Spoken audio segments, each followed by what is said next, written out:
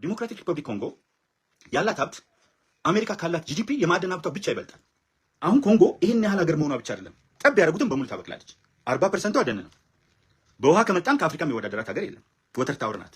እያንዳንዱን አፍሪካዊ ቀጥሮ የሚያሰራ ቤታቸው የቤት ሰራተኛ ቀጥረው ዘበኛ አቆመው ከአረቦቹ በላይ መኖር ሲችሉ፣ ነገር ግን ኮንጎ ትምህርት የለም፣ ሊትራሊ ትምህርት የለም። ኮንጎ ከዓለም ድሃ ሀገሮች መካከል አንዷ ናት። የኮንጎ ማዕድን ግን ያለማቋረጥ በእነዚህ ግሎባል ፓወርስ ይዛጋል።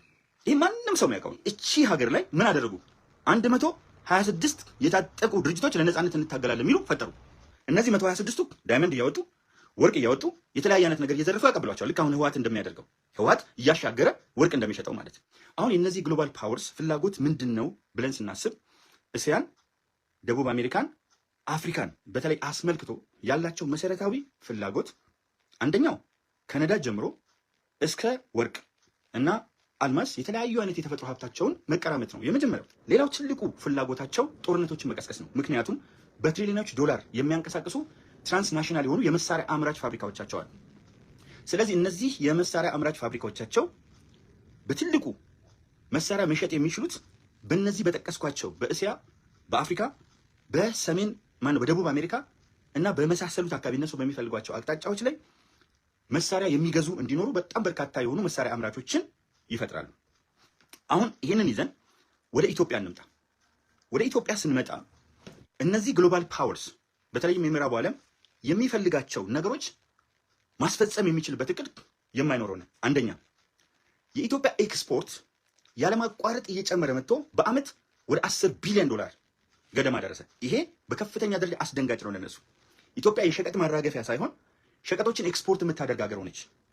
ይሄ ጥርስ የሚያስነክስ ነገር ነው። አንደኛው ትልቁ ነገር ነው።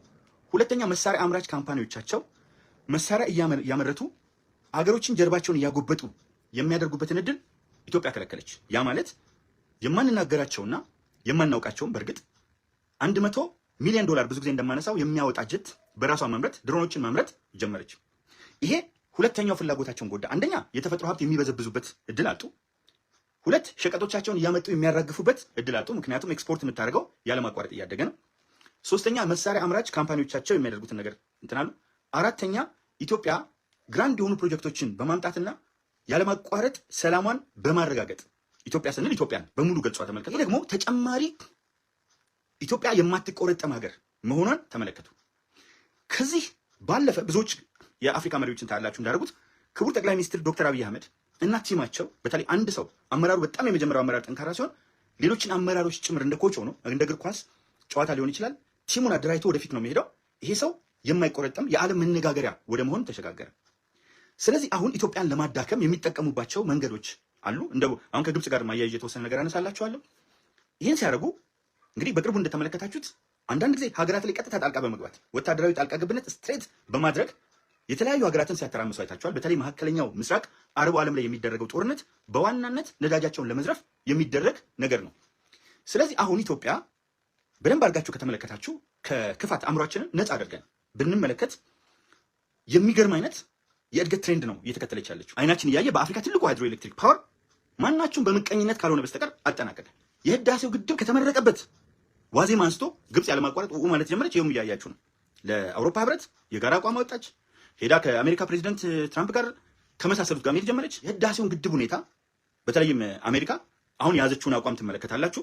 ስለዚህ ህዳሴውን ግድብ ኢትዮጵያ ተጠቅማ ሃይድሮ ኤሌክትሪክ ፓወር ሙሉ በሙሉ አመንጭታ እንዳያችሁት የተወሰነ ጊዜ ካልሆነ መብራት አይጠፋም፣ ከጠፋም በ10 ደቂቃ ተመልሶ ይመጣል። ስለዚህ የኤሌክትሪክ ኃይሏን አቅርቦቷን እየጨመረች ስትመጣ የኢትዮጵያ እድገት ያለማቋረጥ ወደፊት መወንጨፍ ጀመረ። አየር መንገድ አቪዬሽን በአፍሪካ አንደኛ የሚለው ይሄው ፊት ለፊታችን ነው እየታየ ነው። ማዳበሪያ ትልቁ ያውም ደግሞ መሬት የሚያባልግ ማዳበሪያ ነበረ። ግን የማዳበሪያ ፋብሪካ ከዳንጎቴ ጋር ተፈራረመ።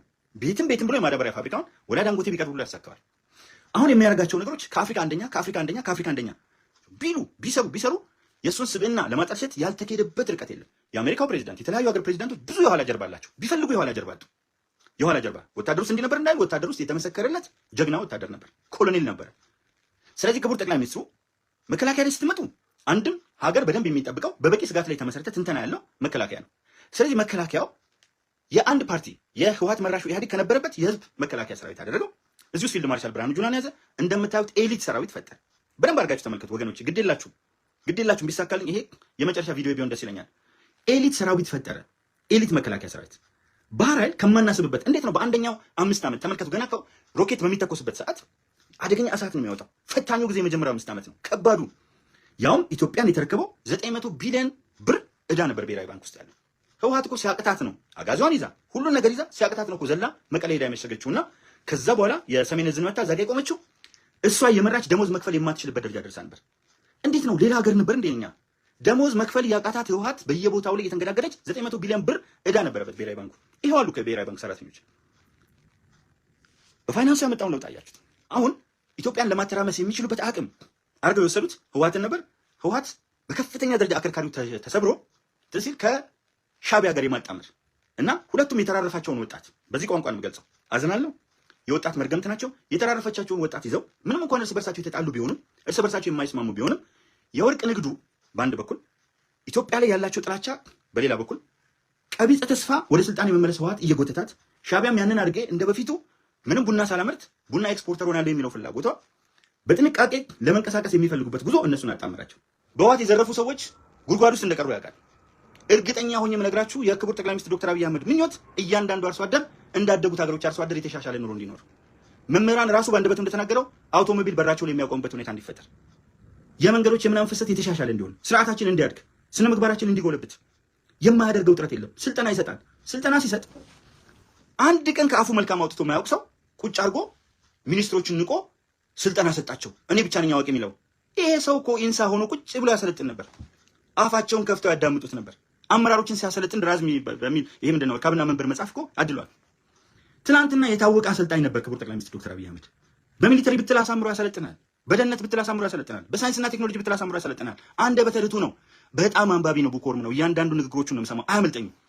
ደግሜ ድሮ ሙዚቃ ሰማ ነበር ወጣት ሆኜ። እንደ ሙዚቃ ደጋግሜ የምሰማው የዶክተር አብይ ንግግር ነው። መልሶ እንኳን ለማንጸባረቅ በሚከብድበት ሁኔታ ስልጠና ሲሰጥ ንቋቸው። እንዴት ነው የሚንቀው? ጠቅላይ ሚኒስትር እኮ ነው ስሙ። ጠቅላይ ሚኒስትር ሚኒስትሮች የሚሰበስብ እሱ ነው። እሱ ያወጣው አጠቃላይ ራዕይ ያለው መድረስ የሚፈልግበት ቦታ እዛ ለመድረስ ቲሙን አዘጋጀ። ስለዚህ ይሄ ኮች አድርጋችሁ ብትወስዱት እንደ አሌክስ ፈርጉሰን የማንቸስተር ዩናይትድ አድርጋችሁ ብትወስዱት ቲሙ እንዴት መንቀሳቀስ እንዳለበት፣ ረዳቶቹ እንዴት መንቀሳቀስ እንዳለባቸው የሚያሳያቸው እሱ ነው። ኮቹ እኮ እሱ ነው። ዋናው ሰው እሱ ነው። እነሱን ስልጠና ካልሰጠ ማንን ይስጥ? ስልጠና የሚሰጠው በአጠቃላይ አቅጣጫ ላይ ነው። በትምህርት ላይ፣ በጤና ላይ የሚያውቀውን ያነበበውን። ዛሬ እኮ አርቲፊሻል ኢንተለጀንስ ዛሬ የተለያዩ አይነት የጉግል ሶርሶች በሚገባ ጎልጉላ ያወጣሉ የማንበብ ፍላጎት ውስጥ ካለ ድረስ። ስለዚህ እንደ መሪ አፍ አስከፍቶ እያሰለጠነ ነው። ኢትዮጵያ ላይ በክፋት የሚነሱ ታያቸዋላችሁ። የፈለገ ትልቅ መንግስት ቢሆን መዓት ያስነሳበታል። መዓት የሚዋረድበት ነገር እግዚአብሔር ያመጣል። እኛ እንጸልይ። እኛ እግዚአብሔር እግር ስር እንበርከክ። የማይሰማን የማይመልስልን ነገር የለም። ይቅርታ አድርጉልኝ። ፈጣሪ ኢትዮጵያን ይባርክ ስል ነው የመጣልኝ። እግዚአብሔር የማይሰማን ነገር የለም። እንበርከክ እግሩ ስር ብናልፍ ሁሉ ምናልባት ከዛ በኋላ ካለው ኃጢአት ሊያስቆመን ይሆናል። የሆነ ነገር ሲያጋጥመን በዛ ነገር ውስጥ ተፈትነን እንድንሻሻል ይሆናል። እኔ በህይወቴ ውስጥ ያጋጠሙኝ ነገሮች ሁሉ ቀጣዩ ጊዜ የተሻለ ስለሚሆን የመጡ ናቸው። ባልፍ እንኳን ዛሬ ባልፍ እግዚአብሔር ከዚህ በኋላ ኃጢአት እንዳልጨምር እዚህ እስካሁን ያለው ስለሚበቃኝ ወደ እሱ ጋር ሊሰበስበኝ አስቦ ነው ብዬ ነው የማስበው። ወቅታዊ መረጃዎች ቶሎ እንዲደርሳችሁ ቻናሉን ላይክ እና ሰብስክራይብ በማድረግ ይከታተሉ።